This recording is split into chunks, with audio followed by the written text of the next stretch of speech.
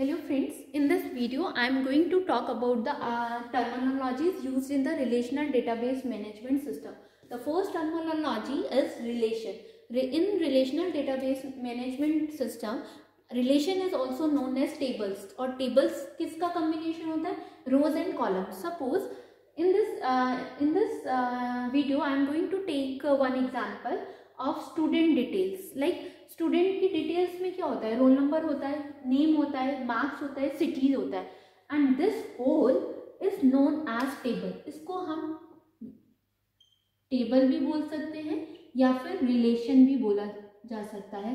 This whole overall table को हम relation या टेबल भी बोल सकते हैं. और टेबल्स में हमारे पास क्या है? ये नंबर ऑफ रोज है और कॉलम्स का बना होता है.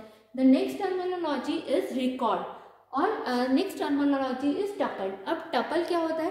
टपल्स को हम रिकॉर्ड या रोज कहते हैं. Like suppose and in this we are talking about the individual rows कितनी है उसमें. Like this is a tuple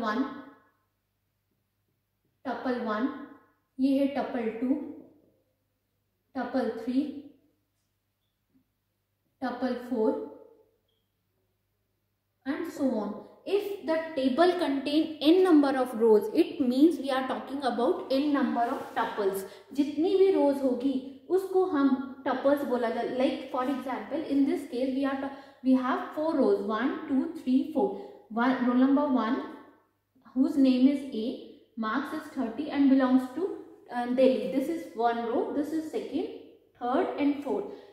And the second case is no duplicate values. And in RDBMS we are talking about, we said that rows are unique. That we are, suppose मेरे पास यहाँ पे 1 आता है, A, 30 and Delhi. In tuple we don't take the duplicate values. Duplicate values are not allowed in the tuples. और RDBMS में हम duplicate values को नहीं लेंगे. And the third point is follows the same format, or we can say it as it should be a domain specific. Domain specific का मतलब होता है, अगर मैंने यहाँ पे रोल नंबर लिखा है और रोल नंबर का डेटा टाइप इंट है, तो we should put in this particular column integer value ही हमें पुट करना है, ना कि करेक्टर वैल्यू. अगर नेम को अगर करेक्टर डेटा टाइप दिया है तो it should put the character database. So हमें डोमेन स्पेसिफिक का मीन्स यही होता है कि अगर इंटीजर है तो इंटीजर वैल्यू आएगा, करेक्टर है तो पर्टिकुलर कॉलम में करेक्टर की वैल्यू होगी. हम उसमें करेक्टर की जगह इंटीजर वैल्यू नहीं डाल सकते.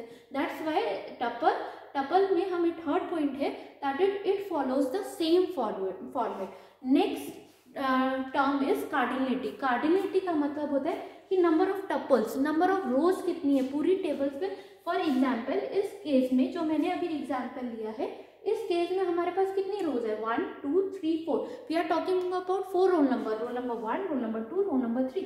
तो नंबर ऑफ कार्डिनलिटीज क्या होगी इस केस में? 4. अगर मेरे पास यहाँ पे 100 रोज है, अगर रोज हमारे पास 100 है तो कार्डिनलिटी कितनी होगी? 100. And next is attributes. Attributes को हम कॉलम्स भी बोलते हैं. Columns, these are known as, इसको बोला जाता है एट्रीब्यूट्स. एट्रीब्यूट्स को हम कॉलम्स बोलते हैं to identify, so that we should identify कि इस कॉलम में हमें क्या डालना है. For example in case of attendance register, अगर हम स्टूडेंट्स का अटेंडेंस रजिस्टर मेंटेन करते हैं तो हमें वहाँ पे पूरा मेंशन होता है कि रोल नंबर है, फर्स्ट कॉलम में रोल नंबर डालना है, सेकंड कॉलम में नेम्स डालना है. तो based upon that only we will fill those columns. So it will helps us to identify कि फर्स्ट कॉलम में हमें क्या डालना है. Like first column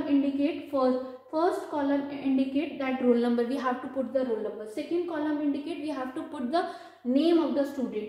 So it should have name to identify. And third is the unique attribute. अगर suppose इसमें से unique attribute कौन सा होगा? Like name है, मेरे सपोज एक क्लास में प्राची है, एक स्टूडेंट है, उसका नेम है प्राची. ठीक है. अब क्लास में ये भी पॉसिबिलिटी है कि एक प्राची 2 भी हो सकती है.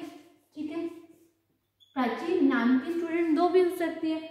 और ऐसा भी हो सकता है कि बहुत सारे स्टूडेंट के मार्क्स भी 30 हों ऐसा भी हो सकता है, ये तो पॉसिबिलिटी नहीं है 100 में से सबके यूनिक नंबर ही होंगे। एक क्लास में 30 नंबर के बहुत सारे स्टूडेंट हो सकते हैं। अब बहुत सारे स्टूडेंट दिल्ली से भी बिलोंग कर सकते हैं क्लास में, ऐसा भी पॉसिबल है कि बहुत सारे स्टूडेंट दिल्ली से बिलोंग कर सकते हैं, या राजस्थान या इंदौर से, बहुत सारी सिटी, सेम सिटीज से 4-5 स्टूडेंट है, तो क्या हम सिटी को यूनिक रख सकते हैं? नहीं। मार्क्स को क्या यूनिक रख सकते हैं? नहीं, बिकॉज बहुत सारे स्टूडेंट्स के मार्क्स 30 है। नेम भी नहीं रख सकते, क्योंकि ये भी पॉसिबिलिटी है कि अभी तो स्टूडेंट में क्लास में 65 स्टूडेंट है, तो अगर सेम नाम का नेक्स्ट बैच में स्टूडेंट सेम आ गया, देन हो सकता है पॉसिबिलिटी एक नाम की क्लास में 2 स्टूडेंट हो। बट क्या रोल नंबर सेम हो सकता है? क्या प्राची का 10 रोल नंबर है, दूसरी भी प्राची का रोल नंबर 10 हो सकता है? नहीं। तो ये रोल नंबर तो सबका यूनिक ही होता है। सो इन दिस केस, तो ये वाला क्या बन गया हमारा, इसमें क्या बन गया? प्राइमरी की। प्राइमरी की का मतलब होता है वो वाला कॉलम को हम प्राइमरी की करेंगे जो हमें यूनिक आइडेंटिटी देगा, जिससे हमें यूनिक वैल्यूज, जिसको फेच करने में हमें यूनिक वैल्यूज मिले। अब अगर हम फेच करना है, अगर हमें रोल नंबर 10 का डेटा फेच करना है, तो हमें पर्टिकुलर ये डेटा मिलेगा, सिर्फ रोल नंबर 10 का ये मिलेगा, इस प्राची का। इस रोल नंबर 11 का तो डेटा नहीं मिलेगा। सो प्राइमरी की होता है that will tell the unique values. Now the next terminology is degree. Degree का मतलब होता है कितने एट्रीब्यूट्स हैं कॉलम के, एक टेबल के अंदर या रिलेशन के अंदर कितने नंबर ऑफ कॉलम्स है, लाइक 1 2 3 4। तो नंबर ऑफ कॉलम्स कितने हो गए? 4 in this case. In case future में अगर एक कॉलम और बढ़ता है तो नंबर ऑफ कॉलम्स कितने हो जाएंगे? 5। सपोज करो एड्रेस का आ गया, एड्रेस का कॉलम बन गया, तो टपल डिग्री कितनी होगी उसके? 5। Next terminology is data item. Data item का मतलब होता है cell. We are talking about particular cell. हम इस कॉलम की बात कर रहे हैं, सेल या ब्लॉक। ये हो गया सेल, इसको ब्लॉक भी कह सकते हैं। It means that is intersection of rows and column. Means rows का और कॉलम का इंटरसेक्शन को हम बोला जाता है डेटा आइटम, कि इस पर्टिकुलर सेल में क्या वैल्यू डली है, that is known as data item. और डेटा आइटम पर सेल और पर block only 1 values is there. इसमें यहाँ पे 50 नहीं डाल सकते। It should not be allowed कि एक सेल में एक से ज्यादा वैल्यू हो, that is not allowed in the DBMS। And the next term is null. Next term terminology is null.